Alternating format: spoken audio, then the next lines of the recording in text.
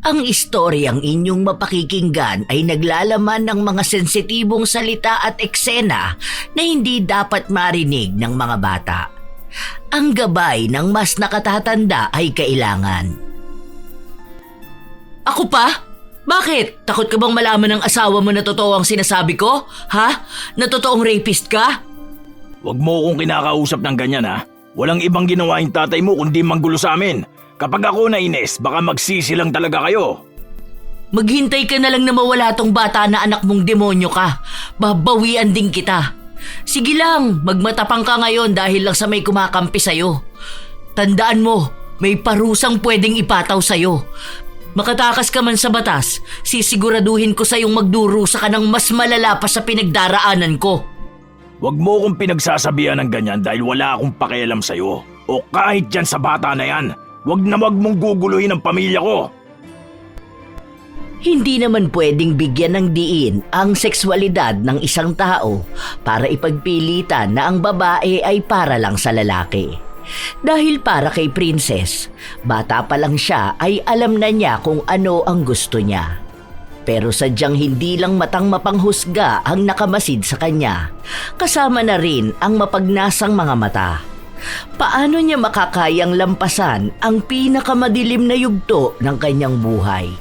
At paano rin mabibigyan ng hustisya ang pangyayari na yun kung ang tangi niya na lang kakampi ay ang itim na kapangyarihan? Tutal, kanina ka pa nandiyan sa tapat ng tindahan. Ayusin mo yung tabing para naman hindi mainit mamaya. Siyempre naman susundin kita. Ikaw pa ba? Malakas ka sa akin eh. Wala ka bang pasok ngayon? Day off ko nga, di ba? Dito lang ako. Nanliligaw nga ako sa'yo. Ay nako, sinabi ko na sa'yo na hindi nga pwede, di ba?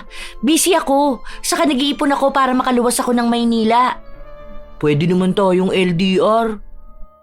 Naku, sa sobrang babaero mo, hindi tayo magtatagal kapag LDR. Akala mo yata hindi tayo magkababata, no? Alam ko yung mga galawan mo. Iba naman yung dati. Nagbago na ako, no? Sige na, dun ka na. Baka mamaya maabutan ka na naman ni tita dito sa tapat ng tindahan. Alam mo naman na galit yun sa tomboy. Paano pa kung malaman niyang pinupormahan mo ko, di ba? Hindi alam ng tita mo na bet mo rin naman ng mga babae, no? Hindi nga niya alam na ex mo si Jessica. Hoy, hindi ko yun ex. MU lang kami noon. Huwag ka nga dyan maingay. Baka papasukin ako noon ng kumbento. Sige na, secret na lang natin yun. Hanapan mo na lang ako ng chicks para tigilan na kita. Oo na, ang gulo mo. Umalis ka na nga dyan.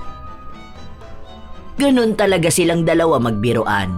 Hayag naman sa lahat ang sekswalidad ni Princess. Bata pa lang siya, alam na ng mga magulang niya na tomboy siya. Wala namang problema doon dahil tanggap naman siya. Kaya kahit na anong sabihin ng ibang tao sa kanya ay wala siyang pakialam. Mabait naman siya, masipag at marespeto.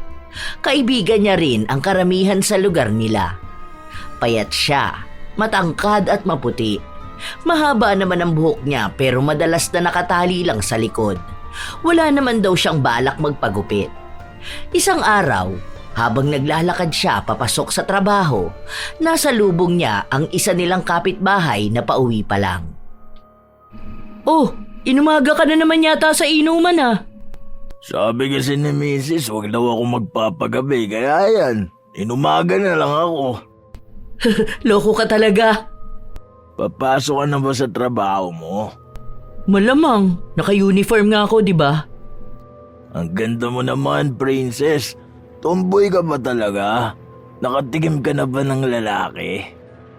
Ewan ko sa'yo, lasing ka lang. Umuwi ka na nga lang sa inyo.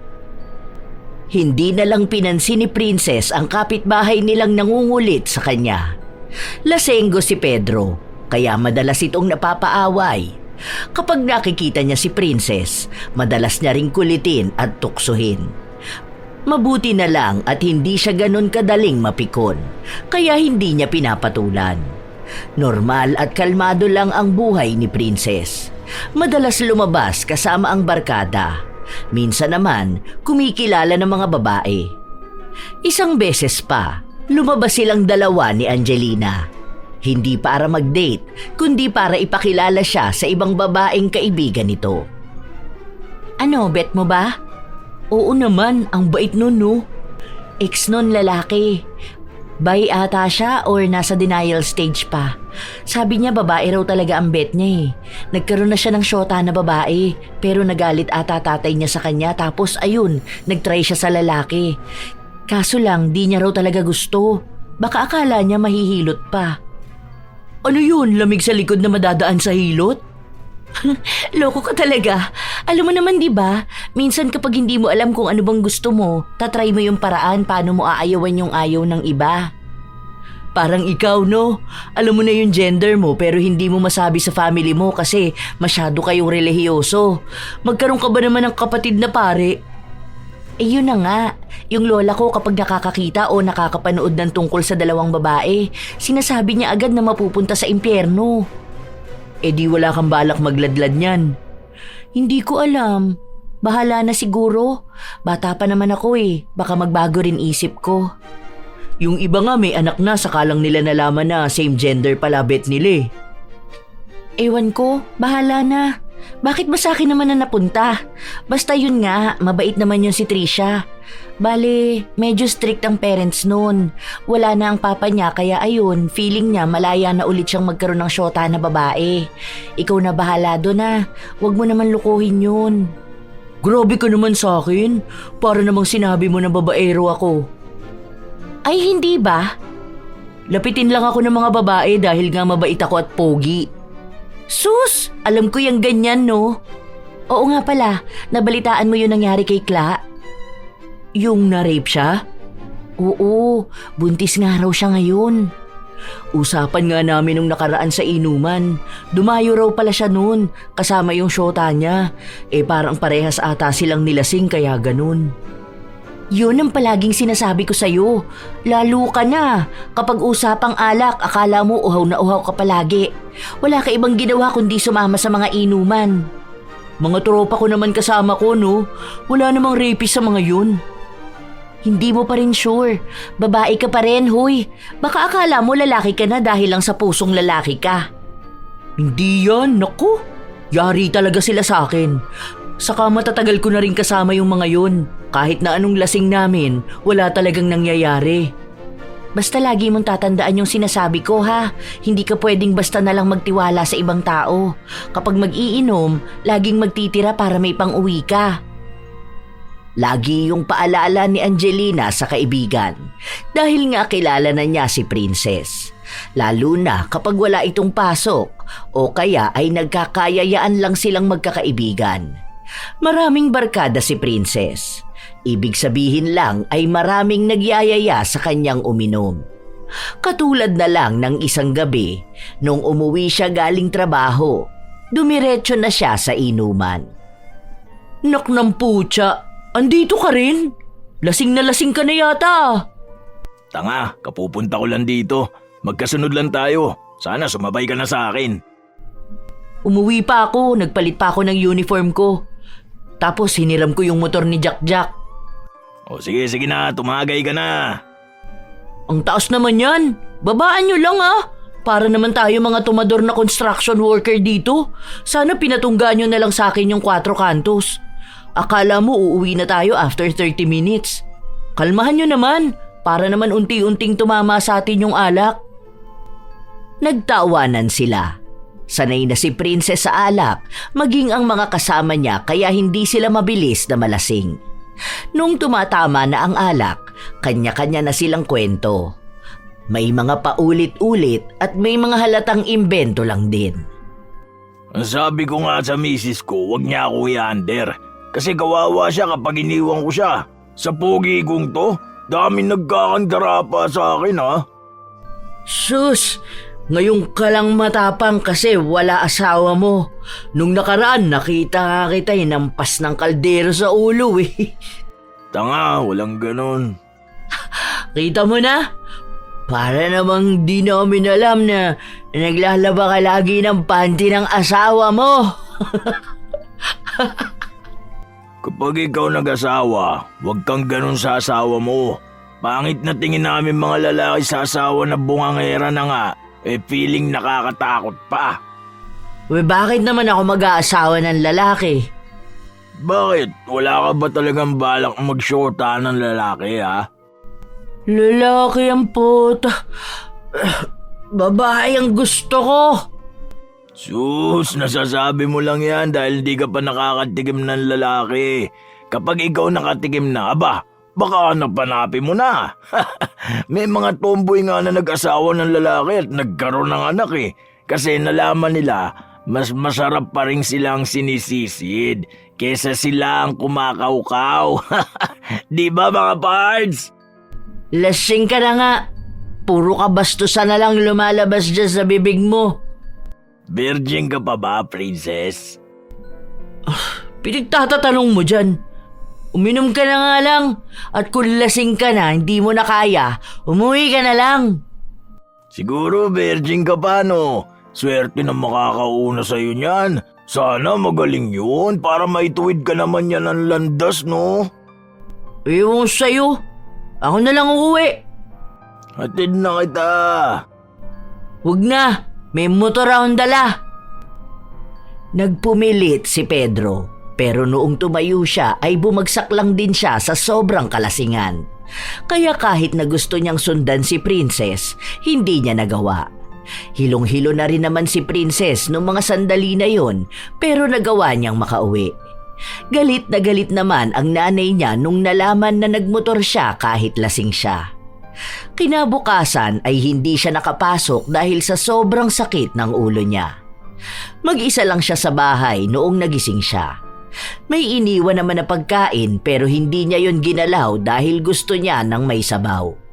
Kaya agad din siyang nagpunta sa tindahan ni na Angelina.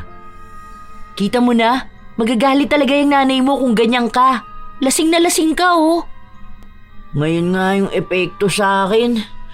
Grabe, sakit ng ulo ko. Sundutan mo. Sino susundutin ko? Aray! Aray ko naman, bakit mo ko binatukan? Ang sakit na nga ng ulo ko Aray! Paano? Kung ano-ano na naman ang pinagsasasabi mo. Oh, eto noodles, para kang tanga dyan. Bawasan mo naman sana ang pagsusunog ng atay, no? Nagkayayaan lang naman.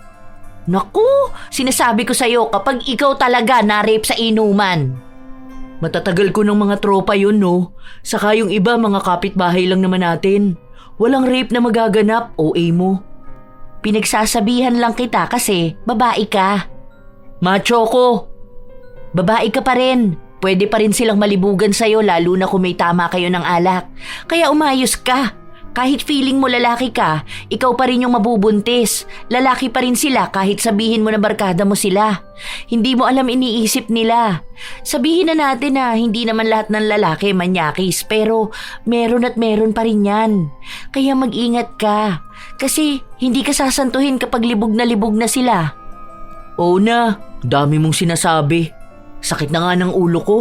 Sinermo na nga ako ng nanay ko kagabi. Isa pa yan. Wala kang ibang ginawa kundi mag-drive ng motor kahit nalasing ka. Hindi ka na nadala. Na-aksidente ka na nga noon, di ba? Oo na, sige na. Hindi pinakinggan ni Princess ang mga sinasabi sa kanya ng kaibigan niya. Ilang araw pa ang lumipas, balik na naman sa dati niyang gawa si Princess. Minsan, kahit biglaan na inuman ay pinupuntahan niya. Minsan sa bar o sa bahay ng mga kakilala niya. Kahit nga hindi niya kilala, sumasama siya. Basta minsan na niyang nakainuman at malapit lang naman ang pupuntahan. Ang katwiran niya ay sila-sila rin naman ang mga magkakasama-sama. Kapag nakainuman na niya, barkada na ang tingin niya. Pero natigil lang yon kahit paano nung nagkaroon na siya ng nobya. Palagi na siyang pinipigilang uminom. Isang araw pa, gusto niyang umalis pero hindi siya pinayagan. Kaya ang ginawa niya, gusto niyang gawing dahilan si Angelina. Sige na boy. Ayoko nga. Mamaya malaman niyang nag-inom ka at lasing na lasing ka. Ako pa ang awayin nun. Baka sabihin nun kinukonsinti at pinagtatakpan kita. Ayoko na mga ganyan na pagsisinungaling. Sundin mo na lang kasi yung gusto ng syota mo. Para namang hindi tayo magtropa niyan. Dali na. Tutulungan mo lang naman ako eh. Tapos sabihin mo na lang na umuwi ka kaagad, ganun. Na di mo naman alam na magiinuman pala kami. Kapag ikaw kasi nagsabi sa kanya, malamang papayag yun. Ayoko nga talaga. Ako magbabayad nung dun sa school mo. Ano ba yun? Yung kinukwento mo na activities nyo sa science? Yung sumisilip sa mga planeta ba yun? Oh, nanahimik ka. Alam ko na gusto mo yun. Pero ayoko naman magsinungaling. Dali na, hindi ka naman naawayin nun eh. Akong bahala. Bakit ba kasi hindi ka matigil dyan sa pag-iinom mo? May syota ka na't lahat-lahat, lasengga ka pa rin. Okay naman yung syota mo ah. Saka nag-aalala yun sa'yo, baka mamaya madisgrasya ka pa niyan. Nakamotor ka lang, di ba? Hindi ako magdadala ng motor. Lakad lang naman yun. Diyan lang sa kabila. O ano, ayaw mo bang makasama doon sa sinasabi mo? Di ka naman kamo bibigyan ng tita mo ng pera, di ba? Sagot ko na nga eh. Ano bang sasabihin ko sa kanya? Sabihin mo lang sa kanya na sasama mo kamo ko. Birthday ng pamangkin mo, ganun. Tapos saglit lang kamo tayo doon. Tapos huwag ka na mag-reply sa kanya kapag nagtanong. Kung tatawag siya, sabihin mo na lang na umuwi na kamo tayo. Tapos huwag ka na magsalita ng kahit na ano. Kapag mag-aaway kami, hindi naman kita idadamay. Sure ka dyan ha? Sige na nga. Basta ikaw magbayad ha? Oo, ako talaga. Promise ko yan sa'yo. Huwag ka man babae dun ha? Oo, wala. Inuman lang talaga yun. Dalian mo na. Text mo na siya.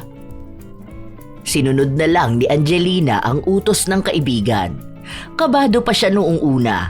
Lalo na noong tumawag sa kanya ang nobya ni Princess. Pero nagawa naman niya ng palusot. Ibinigay naman ni Princess ang bayad na pangako niya matapos noon ay nagpunta na sa inuman. Mga kakilala lang din naman nila ang naroon.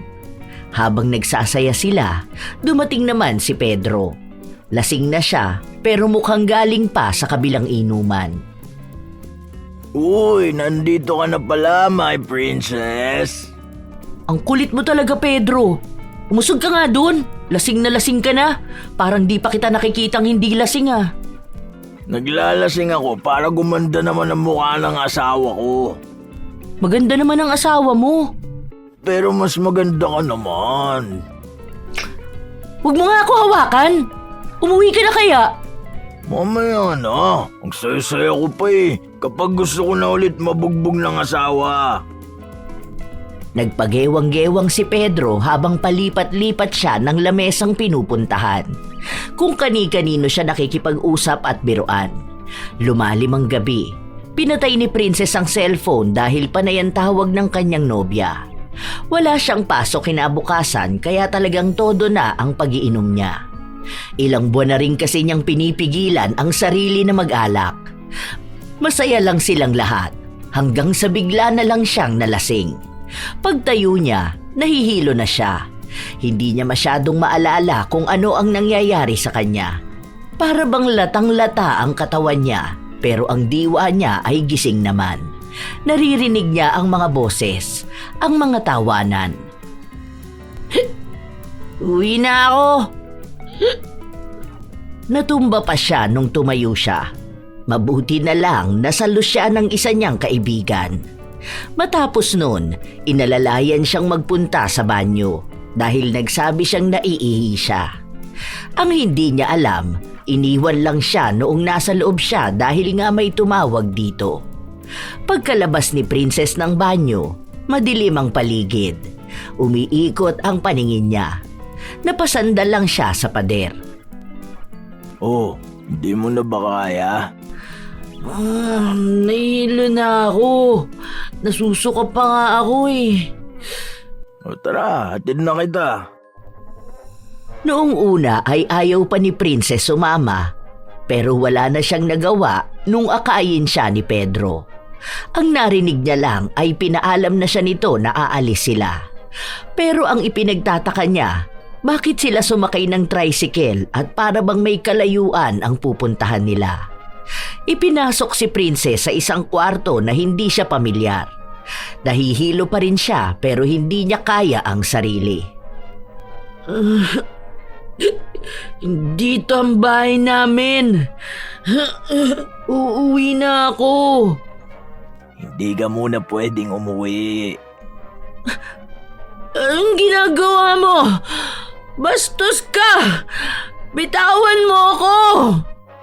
Huwag ka na magulo. Para nga maging straight ka na. Feeling ko ito lang kailangan mo para maging babae ka na talaga eh. Nalalasol ng utak mo na tomboy ka. Pero kapag nakipag-sex ka na sa lalaki, dun mo malalaman na babae ka pala talaga. Tarantado ka! Bitawan mo ako! Ano ba? Manyakis!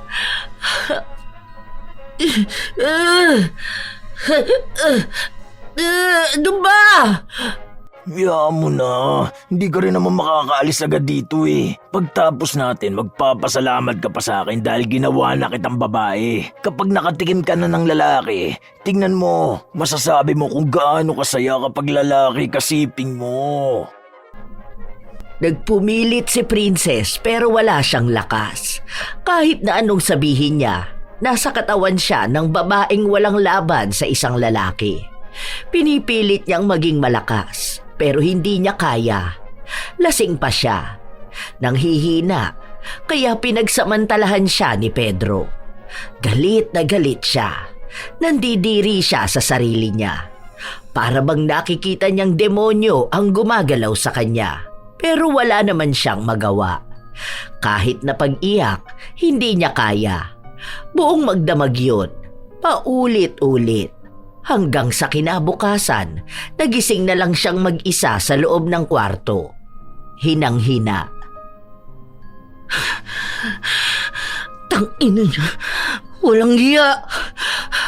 Hindi ako papayag na ganito. Hindi pwede. Sisiguraduhin kong pagbabayaran niya tong ginawa niya sa akin. Binaboy niya ang katawan ko. Walang ibang nararamdaman si Princess kundi ang galit. Noong araw na yon, hindi siya agad makakilos. Masakit ang ibabang parte niya. Hindi siya masyadong makagalaw at nilagnat pa siya noong araw na yon. Hindi makakain. Hindi rin siya makausap. Hindi niya alam kung paano niya sasabihin sa iba ang nangyari sa kanya. Hindi niya akalain na magiging ganun kahirap ikwento kung paano siya nilapastangan ng taong kilala niya. Na paano siya paniniwalaan. Paano niya sisimulan ang kwento. Hindi niya masabi sa mga magulang niya. Hanggang sa buong maghapon, tulala lang siya. Hanggang sa pinuntahan siya ng kanyang kaibigan. Huy, okay ka lang ba? Kanina ka pa raw tinatawagan ng syota mo ah. Galit na yun. Sabi ko wala ako sa bahay, ngayon lang ako umuwi. Kaya kako hindi ko alam kung anong nangyari sa'yo. Ayoko muna makipag-usap sa kahit na sino. Masakit ba ulo mo? Ngayon ka lang daw umuwi ah. Saan ka naman natulog kagabi? Kasi sabi sa akin ni James umuwi ka naman na raw eh. May pinuntahan ka bang iba? Nang babae ka? Yan na nga ba sinasabi ko sa'yo eh. Niloloko mo ba yung syota mo? Boy, ano ka ba naman? Hindi ko alam. Please, wag mo muna akong kausapin. Hindi pwedeng hindi mo alam. Ano yun, ganyan lang? Hindi mo sasabihin kung kanino ka nakipagkita, ha? Ano na lang ang sasabihin ko dito sa syota mo? Tapos ayaw mo rin daw sagutin yung tawag niya. Ang gulo mo. Ayan, ngayon magrereklamo ka na masakit ang ulo mo dahil sa pag-inom mo magdamag. Hindi ka kasi nakikinig sa amin eh. Yung mga magulang mo, ang tatanda na nila tapos nai-stress pa sa'yo. Hindi mo ba talaga alam kung paano ititigil yung pag-inom mo, ha? Ayoko makipag-usap. Akala ni Princess kaya niyang aminin yung nangyari sa kanya kahit na sa kaibigan na lang niya muna. Pero hindi pala. Mahirap. Hindi niya alam kung bakit sobrang hirap. Marahil kasama na rin ang pagsisisi niya sa sarili niya. Kung bakit hindi siya nakinig na wag na magpunta o ang pagsisisi niyang bakit hindi niya nagawang ipagtanggol ang sarili. Galit siya sa lahat, pati sa sarili niya. Dahil sa nangyari sa kanya, nag-iba ang pakikitungo niya sa mga tao. Naghiwalay sila ng kanyang kasintahan.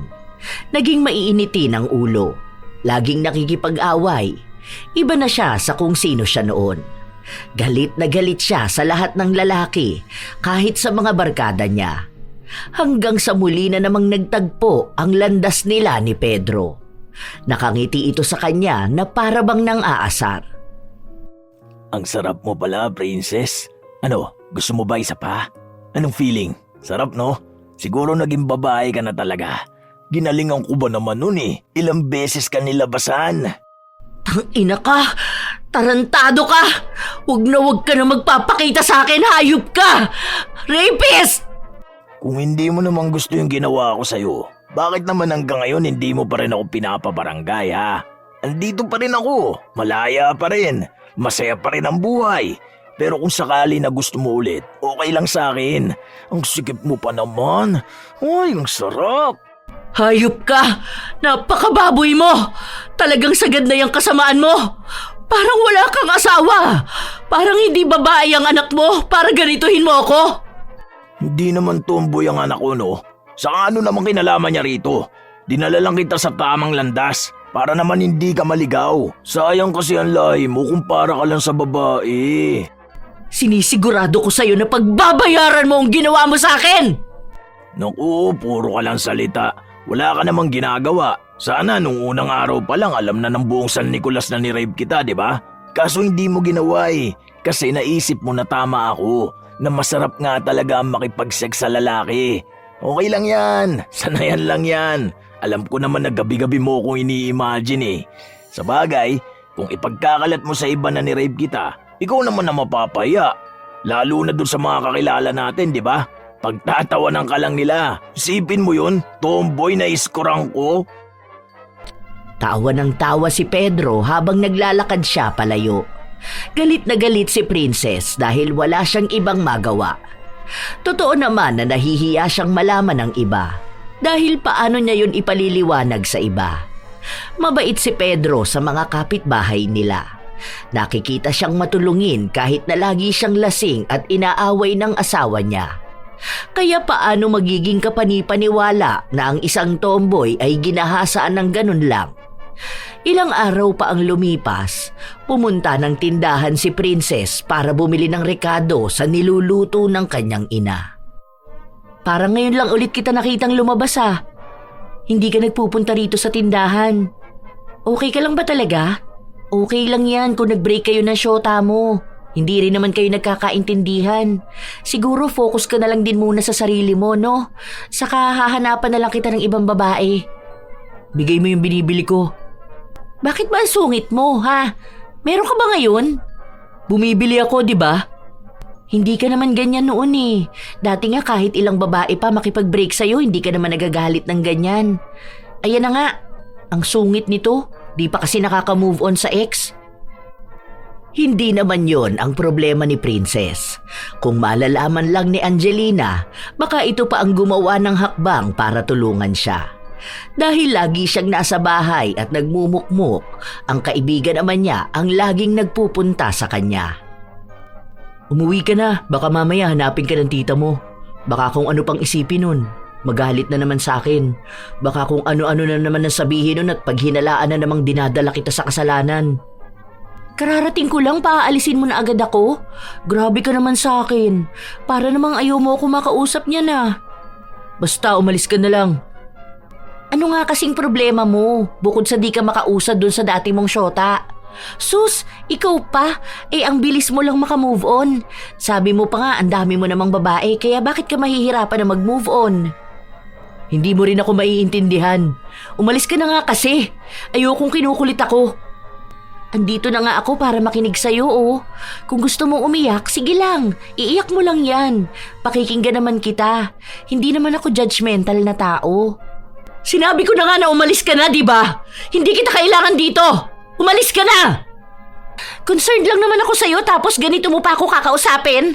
Nakakainis ka na, ha? Hindi ko naman sinabi na maging concerned ka, di ba? Sinabi ko na nga na ayoko may ibang kausap. Ayoko! Kapag sinabi ko na ayoko, ibig sabihin lang nun, ayoko!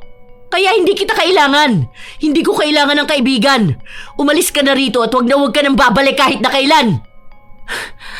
Okay, fine. Wag na lang din tayo mag-uusap dalawa. Nakakainis ka.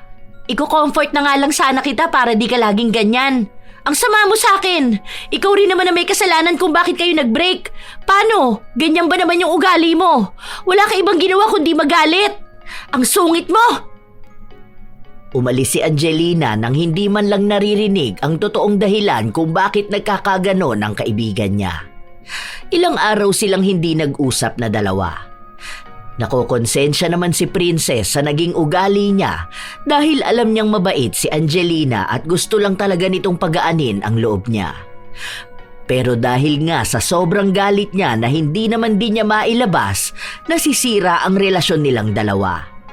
Hanggang sa isang araw, si Angelina ulit ang lumapit sa kanya. Boy, sorry na. Ano ba kasi nangyayari sa'yo? Sabi ni nanay mo lagi ka raw galit. Kahit kanino raw, kahit na kinakausap ka lang nila. Ano, kung may problema ka, sabihin mo lang sa akin. Wala akong gana makipag-usap sa kahit na sino, kaya wag mo na lang din muna akong kakausapin. Bakit nga? Pwede naman nating pag-usapan. Sige lang, makikinig ako sa'yo. Mahal na mahal mo ba talaga yung dati mong syota? Kung gusto mo, pwede pa naman ata kayo. Wala pa naman yun bago.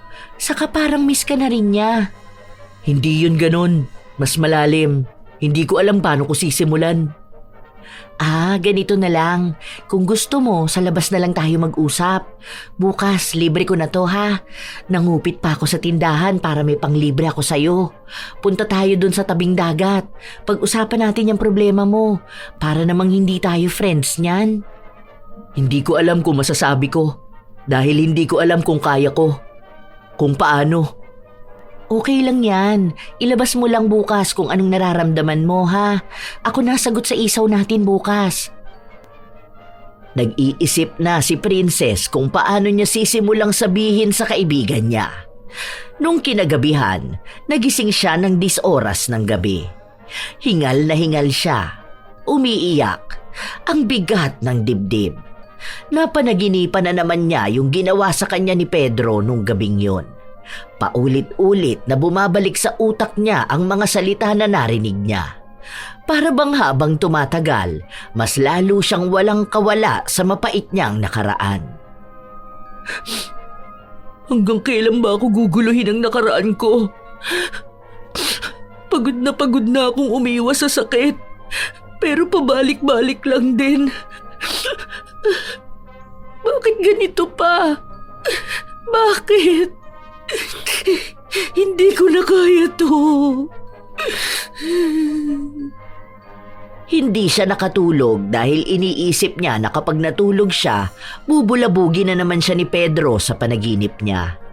Kapag pumipikit siya, ang nakikita niya ay ang mukha ng lalaking lumapastangan sa kanya. Hindi niya kaya. Hanggang sa kinabukasan, nag-text sa kanya si Angelina at sinabi na lumabas na siya.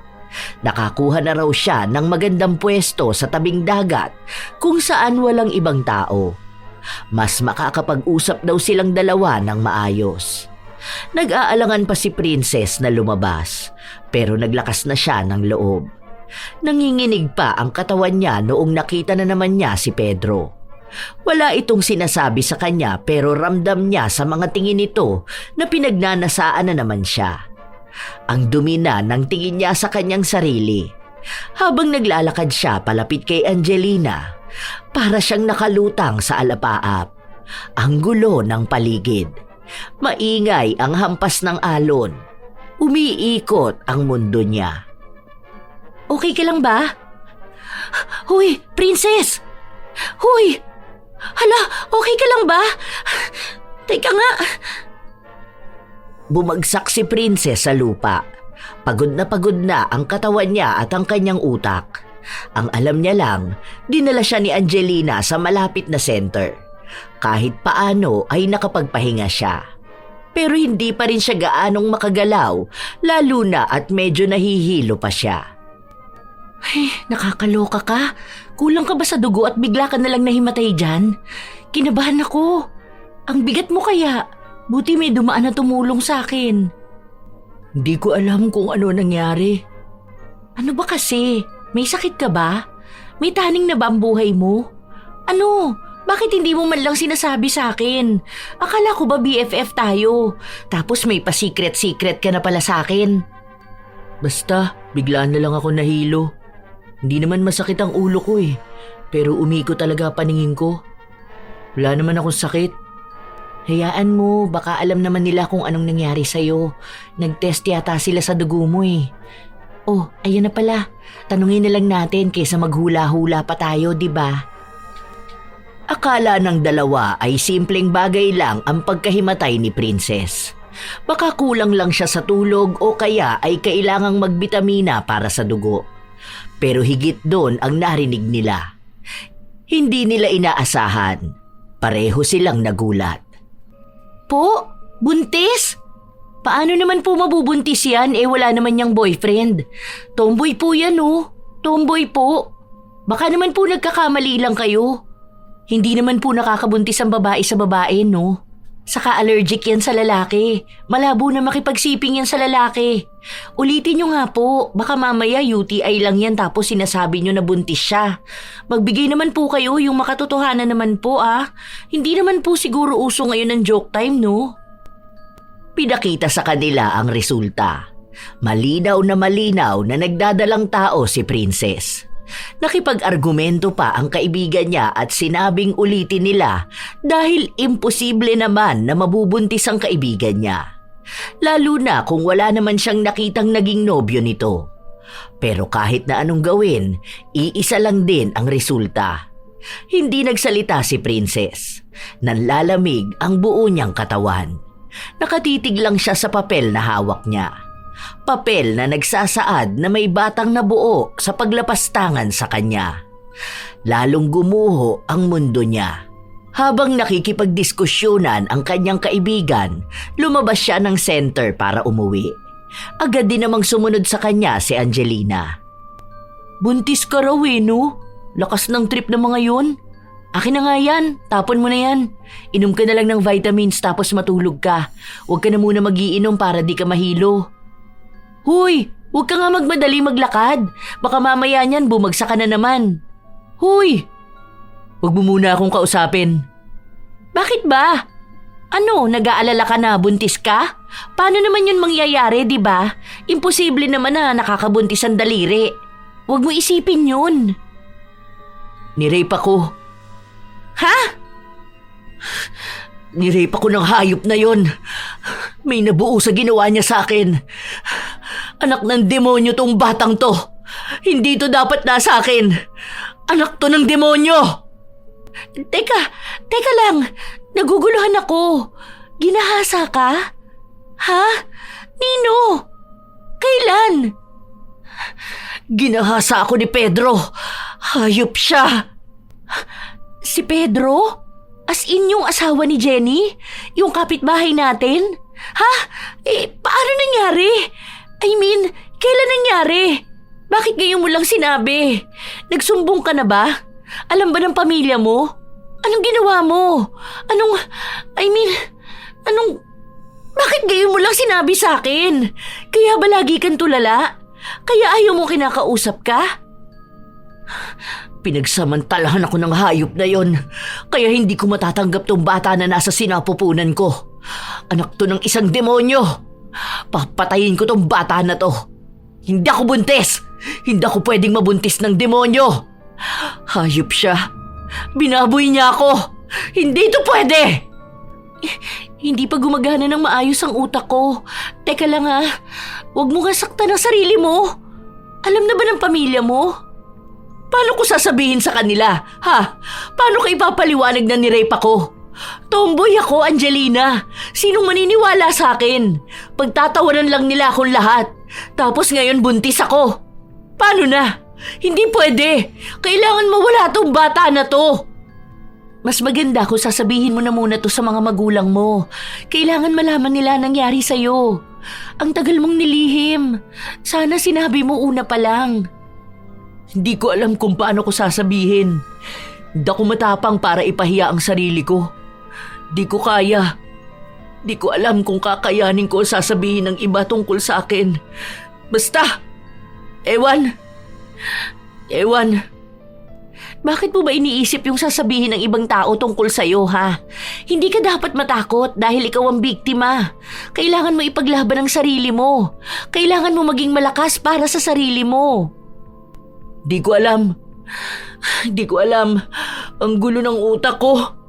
Para na ako mababaliw. Sakit ng ulo ko. Di na ako makapag-isip ng maayos. Sasamahan kita magsabi sa kanila. Sasamahan kita sa laban mo na to.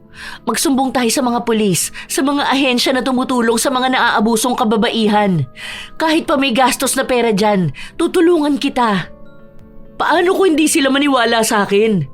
Paano kung sabihin nila na gumagawa lang ako ng gulo? Paano ko? Paano kung pagtawanan nila akong lahat?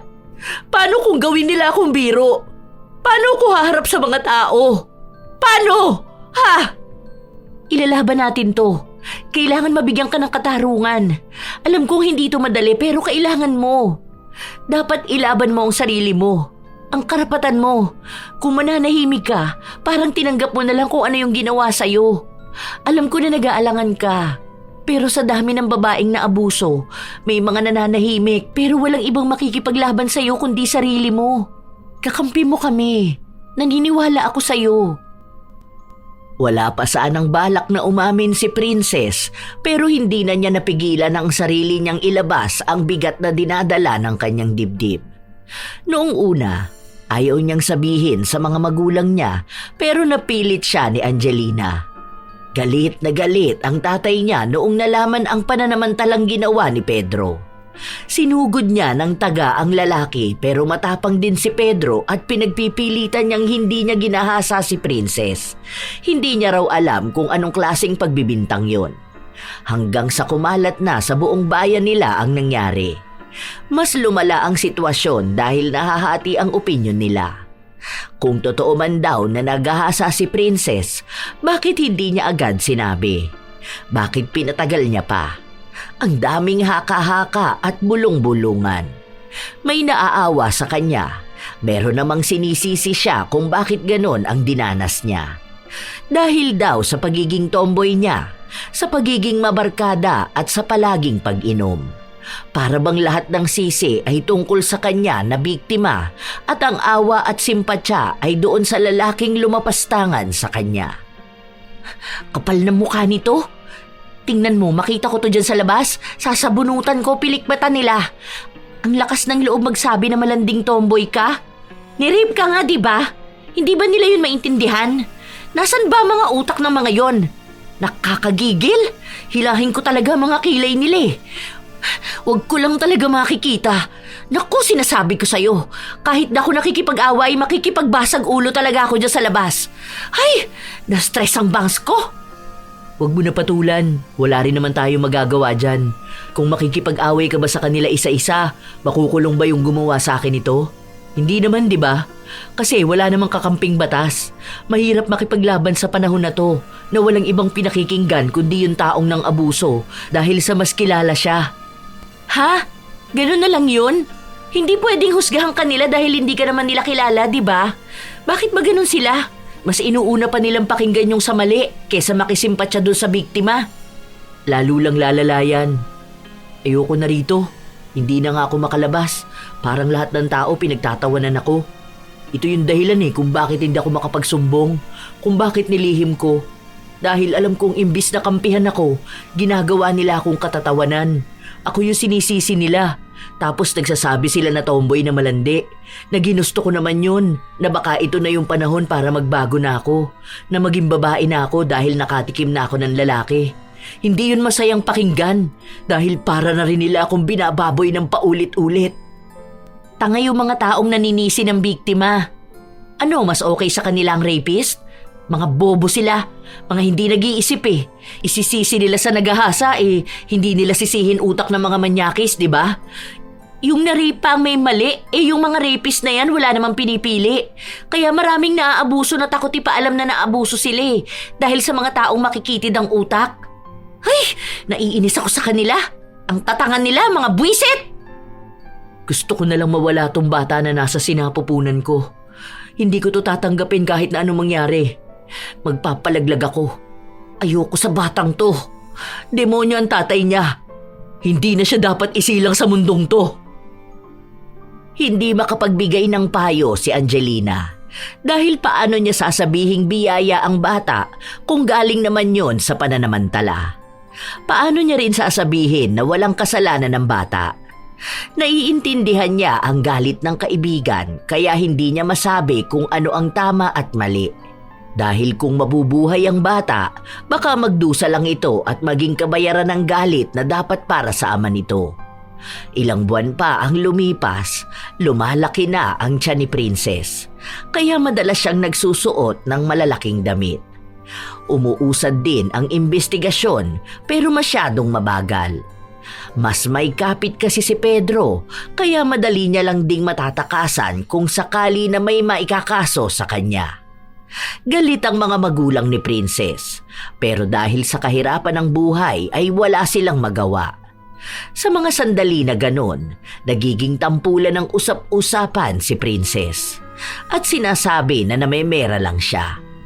Isang beses pa, habang naglalakad si Princess, hinarang siya ni Pedro. Pwede bang tigilan mo na itong panggugulo sa pamilya ko? Ako pa? Bakit? Takot ka bang malaman ng asawa mo na totoo ang sinasabi ko? Ha? Na totoong rapist ka? Huwag mo akong kinakausap ng ganyan ha. Walang ibang ginawa yung tatay mo kundi manggulo sa amin. Kapag ako nainis, baka magsisi lang talaga kayo. Maghintay ka lang na mawala tong bata na anak mong demonyo ka, babawian din kita. Sige lang, magmatapang ka ngayon dahil lang sa may mga kumakampi sa'yo. Tandaan mo, may parusang pwedeng ipataw sa'yo. Makatakas ka man sa batas, pero sisiguraduhin ko sa'yong magdurusa ka ng mas malala pa sa pinagdaraanan ko. Huwag mo akong pinagsasabihan ng ganyan dahil wala akong pakialam sa'yo. O kahit yan sa bata na yan, huwag mong guguluhin ang pamilya ko. Huwag mo rin akong tinatakot. Dahil sinisigurado ko sa'yo, babalikan kita. Sisingiling kita ng malala. Hindi rin ako natatakot sa'yo. Tandaan mo yan. Galit na galit ako ngayon, kaya sinisiguro kong makakaganti rin ako sa'yo. Hindi alam ni Princess kung saan ba nanggagaling ang lakas ng loob niya. Basta ang alam niya lang, kailangan niyang lumaban. Hanggang sa kumalat na rin ang usap-usapan tungkol sa pagbubuntis niya. Lumalaki na kasi ang kanyang tiyan. Gusto niyang ipalaglag ang bata pero mismong nanay niya ang nagsasabi na huwag. Dahil kawawa raw ang bata. Palagi silang nagtatalo. Hanggang sa naisipan niyang pumunta sa matandang manghihilot. Desidido na siyang magpalaglag. Bilisan niyo na lang po. Alisin niyo tong anak ng demonyo sa katawan ko. Nagpapahid pa lang ng kung ano-ano sa tiyan niya ang matanda. Inihanda na rin ang iinumin niyang herbal para mas mapabilis ang pagpapalaglag sa bata. Nung inutusan siyang inumin yun, doon na siya nagdalawang isip. Hindi niya maidampi sa bibig niya ang baso. Hindi niya mainom ang gamot. Hindi ko kaya. Bakit ganito? Bakit hindi ko kaya? Parang pakiramdam ko mamamatay tao na rin ako. Hindi ko kaya. Parang makasalanan akong tao kung gagawin ko to. Ayoko maging kasing sama ng taong gumawa nito sa akin. Hindi ko alam. Naguguluhan ako. Nanginginig ang kamay ni Princess habang hawak niya ang baso. Hinihintay lang siya ng matanda na inumin yun para masimulan na ang paghilot sa kanyang tiyan. Sadyang hindi talaga kaya ni Princess. Umiyak na lang siya. Halong galit at pagdadalawang isip. Gusto niyang alisin ang bata sa sinapupunan niya pero hindi kaya ng konsensya niya. Pero iniisip niya, paano niya magagawang mag-alaga ng anak ng demonyo? Paano kung mabuhay ang bata? Hindi niya matatanggap na tawagin siyang ina ng batang galing sa pang-aabuso. Matagal siyang umiyak. Hindi siya makapagdesisyon hanggang sa tinanong siya ng matanda kung ano ba ang nangyari at gusto niyang ipalaglag ang anak niya. Ginahasa ako. Bunga ng kalapastanganan tong bata na to. Hindi ko kayang tanggapin. Pero hindi ko rin kayang pumatay. Galit na galit ako. Wala man lang akong hustisya na nakuha. Ako pa yung mali. Ako na yung biktima. Pero ako pa yung nagdurusa habang yung hayop na yun malaya lang. Naawa sa kanya ang matanda at tinanong siya kung gusto nga ba niyang gumanti. Kung nais niyang siya mismo ang magbigay ng nararapat na kaparusahan sa taong gumawa sa kanya noon. Noong una, hindi pa kumbinsido si Princess dahil paano niya yun gagawin kung wala naman siyang pera. Hanggang sa sinabi ng matanda na kaya niyang magritual. Kaya niyang parusahan ng higit pa sa naiisip ni Princess ang lalaking gumahasa sa kanya. Pumayag si Princess kaya ibinigay niya lahat ng detalye. Pero hindi yun ganong kadali kung hindi makikita ng matanda si Pedro. Kaya isinama na lang niya ang manghihilot papunta sa bahay nila. Naghintay sila hanggang sa lumabas ang lalaki. Nung nakita na ito ng matanda, nangako siya kay Princess na siya na lang ang bahalang maghiganti para sa kanya. Maniwala lang daw siya at maghintay. Ilang araw pa ang lumipas, wala pa ring nangyayari kay Pedro, pero nanatili pa rin siyang naniniwala sa sinabi ng matanda. Isang araw, pinuntahan siya ng kaibigan niya sa bahay. May binili ako para sa'yo. Ito oh. Sabi sa akin kailangan daw to ng mga buntis eh. Hindi ko alam paano to. Tanong mo na lang kay nanay mo. Bakit bumili ka pa niyan? Gusto ko na nga ipalaglag tong batang to, di ba? Ang lakas din ang trip mo, no? Ano namang gagawin ko dyan? Itatapong ko rin naman yan. Ibalik mo na lang yan para mabawi mo rin yung pera mo. Huwag ka nga gastos ng gastos. Wala lang, baka sakali lang nakailanganin mo. May prutas pala akong binili oh. Ito oh, tapos ewan ko kung ano to pero maganda raw tong kainin ng buntis para maging healthy yung baby. Gumastos ka pa. Kumupit ka na naman sa tindahan nyo. Baka mamaya sa akin yan singilin ng tita mo ah. Bibili ka pa ng para sa batang to. Di ko naman gusto maging healthy to. Gusto ko na ngang ianak para mawala na eh. Hoy, hindi ko yung kinupit no. Ano yan? Inipon ko talaga yan. Para nga yan sa'yo eh. Ay, oo nga pala. Kaya nga pala ako nagpunta rito kasi ano, alam mo ba yung nangyari doon kay Pedro? Patay na ba? Hindi, patay agad. Yun lang naman ang magandang balita na gusto kong marinig. Pero mas malala naman. Malala? Grabe ah. Alam mo ba na may lumalabas na kung ano-ano sa ilong niya tapos nabulag ata isa niyang mata kasi may lumabas doon na malaking alupihan. As in talaga ha? Totoo ba? Oo. Tapos sumusuka pa kamo siya ng mga kung ano-ano. May mga insekto. May salagubang pa nga. Baka imbento mo lang yan. Saan mo naman yan narinig? Hoy, kanina nasa palengke ako tapos andun siya. Lasing nga siya nun eh. Tapos akala ko sumuka lang siya. Tapos nagtakbuhan yung mga nakakita sa kanya. May mga ipis, uod, ganun. Talagang nakita ko. Hindi naman ako magkukwento kung hindi totoo no. Hindi ako sinungaling. Talaga ba?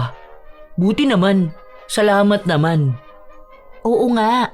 Nung nakita ko yun, napaluhod pa siya. Tapos sakit na sakit siya. Nakahawak siya sa tiyan niya. Tapos naiiyak na siya noon. Hindi naman ako naaawa sa kanya. Sabi ko pa nga na tama lang yun talaga para sa kanya. Ang sama ba naman ang ginawa niya sa'yo, di ba? Tapos naalala ko na hinipuan niya rin yung isang estudyante. Sana mas malala pa mangyari sa hayop na yun. Gusto kong makita na nagdurusa siya. Yung malala. Kung masasaktan man siya o susuka ng insekto, sana makita mismo ng mga mata ko. Kapitbahay mo lang yan, kaya malamang makikita mo yan mismo. Pero kapag nakita mo talagang mandidiri ka tapos matatakot ka. Kasi kakaiba talaga. Hindi maikakaila sa labi ni Princess na tuwang-tuwa talaga siya sa mga naririnig niya. Yun na marahil ang sinasabi sa kanya ng matanda na makikita niyang magdurusa ng malala ang taong kinasusuklaman niya. Kinabukasan, noong nasa labas ng bahay si Princess para magpahangin, nakita niyang lumabas ng bahay si Pedro. Nakahawak ito sa kanyang tiyan. Maya-maya pa, sumuka ito. Sunod-sunod, walang katapusan. Bawat suka niya ay may lumalabas na buhay na insekto. Lintik! Bakit ba may mga ganitong lumalabas sa akin? Grabe! Sobrang sakit! Parang kinakain ng kung ano ang laman loob ko. Aray ko, ayoko na! Ang sakit! Sobrang sakit! Tama na! Napaluhod si Pedro sa sobrang sakit. Kasunod nun ay sumuka na naman siya. Mga salagubang naman ang lumabas. Walang ibang nararamdaman si Princess kundi ang tuwa. Sa wakas, kahit na paano ay nakakahinga na siya ng maluwag. Kitang-kita niya kung paano nagmakaawa si Pedro sa sakit na nararamdaman niya. Hindi napigilan ni Princess na lapitan ang lalaking lumapastangan sa kanya. Ayos ang ganda naman panoorin yan. Nakaluhod ka na dyan sa sobrang sakit, tapos may kung ano-ano pang lumalabas sa bibig mo. Totoo pala talaga yung sinabi nila sa akin. Masaya ka pa? Kung ano-ano na nga ang... Huwag ka na magsalita. Hindi mo na nga kaya, di ba? Alam mo, hindi pa ako masaya na yan yung nangyayari sa'yo. Kulang pa. Gusto ko yung mas malala pa. Sana may mas malala pa dyan. Gusto ko kasi yung ganun eh. Yun bang makikita ko mismo na hirap ka? Yung parang nagmamakaawa ka na mamatay ka na lang, kaso hindi ka agad mamamatay. Yung ganun ba? Wala kang puso. Aray ko, ano to? Bakit may gumagabag sa loob ng hita ko? Kinakalgalan lamang ko. Aray ko! Ayan, may lumalabas na sa lagubang. Ang saya pala makapanood ng ganito. Mas masaya to lalo na kapag ikaw ang nakakaranas. Lahat ng galit ko parang nailalabas dahil sa pagsigaw mo sa sobrang sakit. Masaya si Princess sa kung paano niya naririnig ang hiyaw ni Pedro. Sakit na sakit ito dahil hindi lang siya sumusuka ng mga insekto dahil kusa na rin itong lumalabas sa kanyang katawan. Inuukit ang laman niya at binubutas ang balat niya. Wala siyang ibang ginawa kundi ang masaktan. Ilang linggo rin yung naranasan ni Pedro hanggang sa pumapayat na siya at lagi rin silang nagtatalo ng kanyang asawa. Hanggang sa isang araw, nabalitaan na lang ni Princess na lumapit sa albularyo si Pedro. Ang naghatid ng balita sa kanya ay ang kanyang kaibigan. Pero ewan ko ba kung bakit ayaw siyang gamutin ng mga albularyong nilalapitan niya. Parang nakikipag-ugnayan nga raw sila dun sa mambabarang. Tapos ayun, hindi na nila tinutuloy lumaban. Baka malakas, no? Buti naman hindi na siya ginagamot. Okay nga yun, di ba? Para at least magdusa siya. Gusto ko nga yun, lagi ko siyang naririnig na umiiyak eh. Minsan nakakabulabog lang talaga dahil kahit na madaling araw maririnig siya na sumisigaw at umiiyak. Yun na nga, ang dami nang nagrereklamo sa barangay. Medyo malayo na nga kami pero naririnig pa namin yung iyak niya, di ba? Nakakakilabot naman yun. Basta ako, masaya ako sa naririnig ko. Ganun yung parusa na gusto ko para sa kanya. Yung iyak niya, ganun mismo yung hinagpis ko nung ginahasa niya ako. Mas lalo pa sa kalooban ko nung nalaman kong buntis ako. Malapit ka na ba mga anak? Bakit hindi ka nagpupunta sa center? Di ko alam. Di ko naman aalagaan tong bata na to. Pamimigay ko to. Naghahanap na ako ng pwedeng umampon sa kanya eh. Gusto ko pag nanganak ako kukunin na agad. Ayoko na magtagal dito sa bahay. Baka lagi lang ding mainit ang ulo ko. Huy, kawawa naman yung bata. Baka mamaya hindi naman yan maaalagaan kung saan mo siya dadalhin, di ba? Baka doon pa siya mapahamak lalo. Kawawa naman. Wala naman akong pakialam. Kung pwede ko nga lang to ibigay sa tatay niya eh. Kaso mas lalo naman siyang kawawa doon. Mamaya siya pa mag-alaga sa walang yan lalaki na yun kapag laki niya. Saka hindi ko naman alam kung hanggang kailan ba mabubuhay yung lalaki na yun. Pero kahit na, bakit? Pwede ka naman niya maging nanay at tatay ah. Hindi naman kailangan na may tatay ang bata. Saka nakadepende naman magiging ugali niyan kung paano mo siya palalakihin. Hindi mo rin naman obligasyon na ipakilala sa kanya kung sinong tatay niya. Tingin mo ba masisikmura ako pantignan ng batang to, ha? Ayoko nga. Babalik at babalik lang sa utak ko lahat ng nangyaring masama sa akin kapag kasama ko siya. At iyon ang ayaw ko. Nasasabi mo lang yan ngayon dahil nga galit ka pa. Pero sa bagay, mahirap din. Saka mo na lang yan pagdesisyonan kapag nanganak ka na. Baka ganun lang din yan sa ginawa mo eh. Yung magpapalaglag ka tapos hindi mo naman din tinuloy, di ba? Ikaw pa rin naman ang makakaalam niyan. Kasi kahit naman sabihin natin na galit ka o kaya tomboy ka, may connection pa rin kayo na magiging anak mo. Lahat din naman ng desisyon nasa iyo na. Hindi na kumibo pa si Princess. Ilang linggo pa ang lumipas, lagi niyang naririnig na umiiyak at hirap na hirap si Pedro. Minsan naman kapag nasa labas siya, nakikita niyang sumusuka ito ng mga insekto. May mga lumalabas ding insekto na unang beses pa lang ding nakita ni Princess. Pero wala siyang pakialam. Hindi siya naaawa. Sa halip ay tuwang-tuwa pa siya.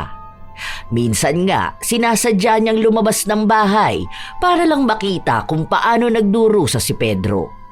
Malaki rin kasi ang epekto nun sa pamilya nila. Lalo na sa kanilang kabuhayan na bumagsak na rin. Pati asawa niya, parang ayaw na siyang alagaan. Ganun kalala ang nangyayari. Pero kulang pa yon para kay Princess.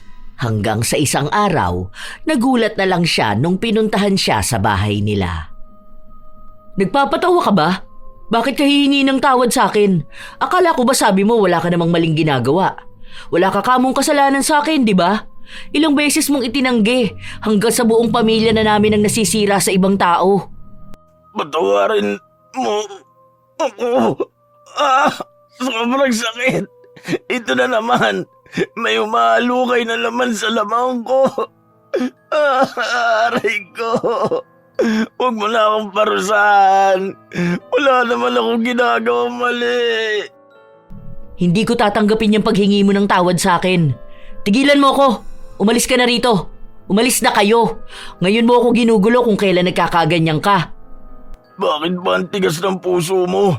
Magpapatawad ka lang dahil gusto ko nang gumaling. Hirap na ako sa ginagawa mo sa akin ganito. Maawa ka naman. Huwag mo naman pahirapan ang buhay ko at ang pamilya ko. Magkaroon ka naman ng puso. Naririnig mo ba ang sarili mo? Hindi ka humihingi ng tawad dahil nagsisisi ka. Humihingi ka ng tawad dahil nahihirapan ka. At bakit sa akin ka hihingi ng tawad, ha? Yung kapatawaran ko ba ang magpapatahimik sa'yo? Bakit? Anong kasalanan mo sa akin? Oh, hindi mo maamin. Dahil hindi ka nagsisisi. Wala ka lang pagpipilian kundi ang humingi ng tawad. Huwag mo sabihin na ako ang walang puso. Dahil nung panahon na nagmamakaawa ako sa'yo, di ba ikaw naman yung walang puso? Hindi lang puso ang wala sa'yo, pati na rin kaluluwa. Nakita mo na? Puno ng galit ang puso mo kaya nagawa mo sa akin to. Galit ka sa sarili mo, hindi sa akin. Kaya wag mo na akong pahirapan. Hihingi na ako ng tawad kahit wala naman akong kasalanan. At bakit mo naman nasabi na ako may gawa sa'yo niyan? Dahil pinagbibintangan mo ko.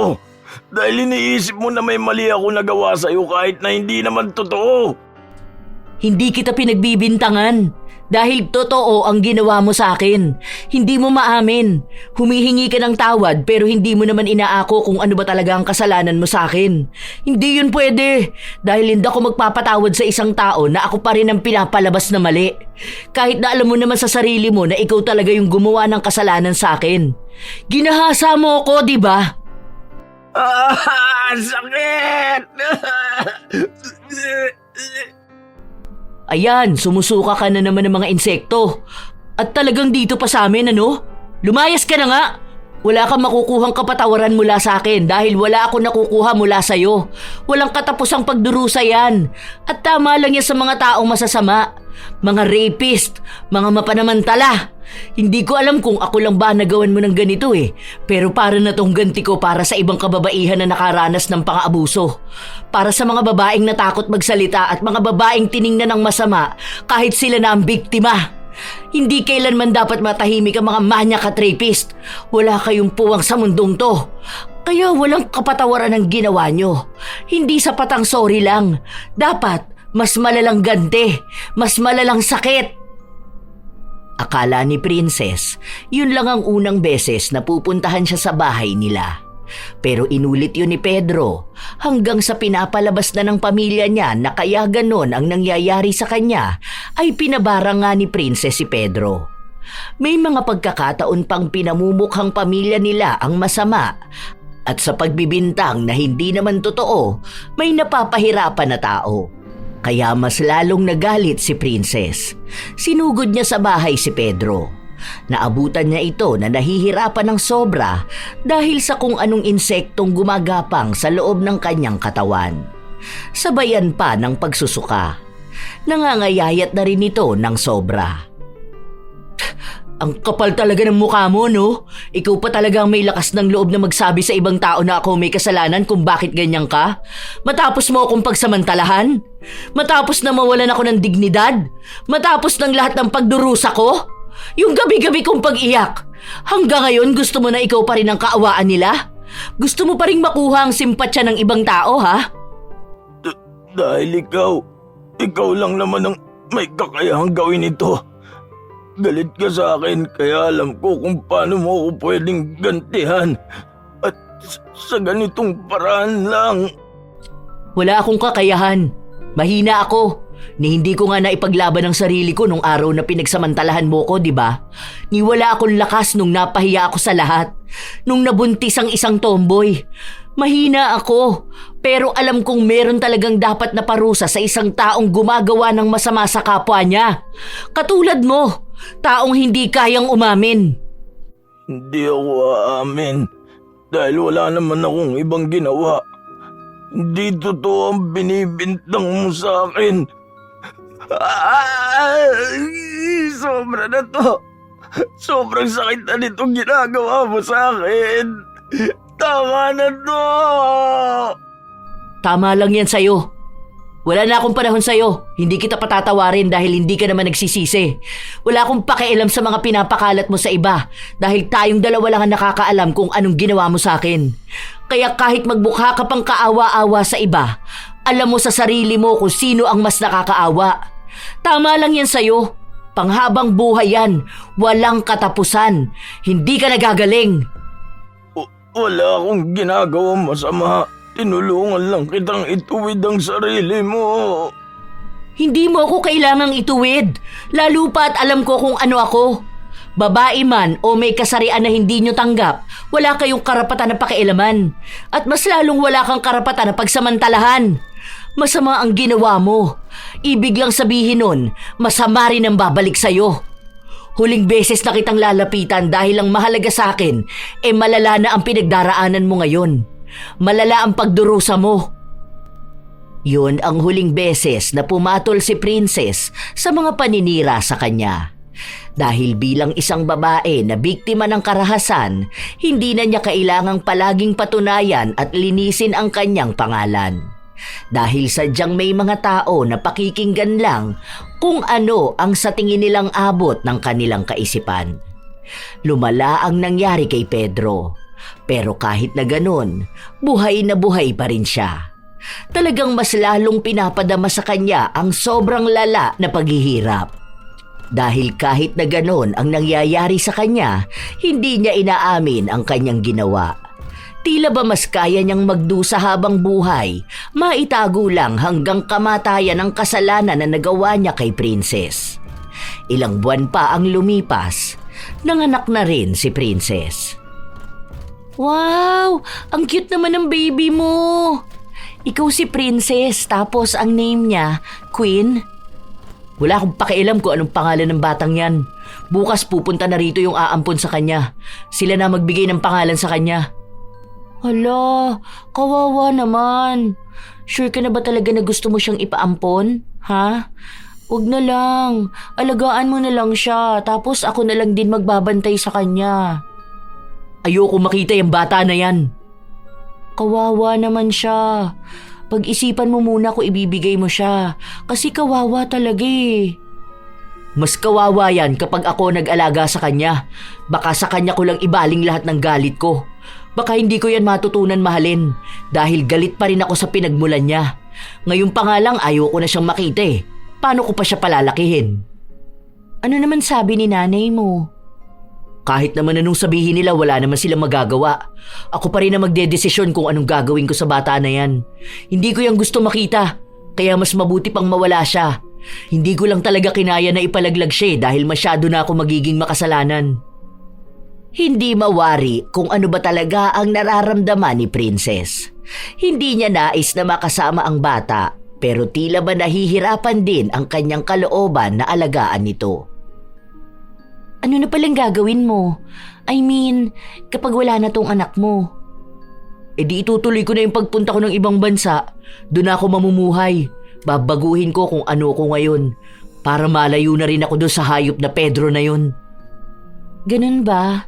Sa bagay, hindi rin naman kita masisisi. Ang hirap talaga ng pinagdadaanan mo. Buti nga naparusahan na yun eh. Ang daming naaawa sa kanya kasi nga grabe naman daw yung parusa sa kanya. Pero ako, nakikipag-away talaga ako ah. Sinasabi ko sa kanila na sa naging biktima niya hindi sila naaawa.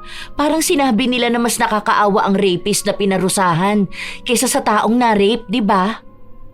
Hindi talaga natin mapipilit kung anong dapat isipin ng ibang tao. Nasa kanila na yun.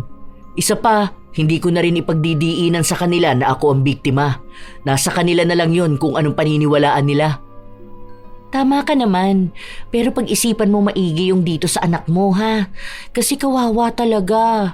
Tingnan mo oh, ang cute. Ilang beses sinasabi ni Angelina na wag nang ipamigay ang bata. Pero talagang ipinagpipilitan din ni Princess na mas gusto niyang wala ang bata na yon para hindi na rin siya palaging maguguluhan. Lalo na at minsan, bigla na lang siyang nagagalit. Paano pa kung masusubaybayan niya ang isang paalala ng mabigat niyang karanasan? Kinabukasan, dumating na ang mag-asawa na kukuha sa bata at aampon. Nung mga panahon na yon, maluwag pa sa pag-aampon ng bata. Dahil sa bahay lang din naman siya nanganak, wala pang kahit na anong papel ang bata na sa kanya nakapangalan bilang siya ang magulang. Sige na, umalis na kayo. Wag niyong ibabalik dito yung bata na yan ha. Wala na akong pakialam sa kanya. Kahit na anong mangyari, wag niyong ipapaalam na ako ang pinanggalingan yan dahil hindi ko yan matatanggap. Hindi maamin ni Princess na sobrang bigat ng kanyang dibdib habang sinasabi niya ang mga salita na yon. Noong mga sandaling palayo na ang mag-asawa bitbit ang kanyang anak, tila ba nagbago ang kanyang isip. Binawi niya ang bata at sinabi na hindi na niya ito ipamimigay dahil hindi niya kaya. Naiinis na siya sa kanyang sarili. Ayaw niya sa bata pero hindi niya rin naman nais na makuha ng iba. Iniisip niya ang mga sinabi sa kanya ni Angelina na paano kung mapahamak ang anak niya sa kamay ng ibang tao. Na paano kung danasin din ang pinagdaanan niya noon. Noong araw din na yun, dumating ang kanyang kaibigan. Tulog ang sanggol habang nakatitig lang doon si Princess. Oh, akala ko ba kinuha na yung anak mo? Anong ginagawa niya dito? Umatras ba yung mga mag-aampon? Ako ang umatras. O bakit? Akala ko ba sabi mo desidido ka na? Bakit ngayon bigla ka namang umatras? Di ko alam. Ang gulo ng utak ko. Ayoko na makita yung bata na yan eh. Kasi kapag nakatingin ako sa kanya, naaalala ko kung anong ginawa sa akin ng hayop na Pedro na yon. Pero kapag nakatingin din ako sa bata na yan, naaawa ako. Di ko alam. Basta nung umiiyak siya kanina, naninikip ang dibdib ko. Parang di ko kaya.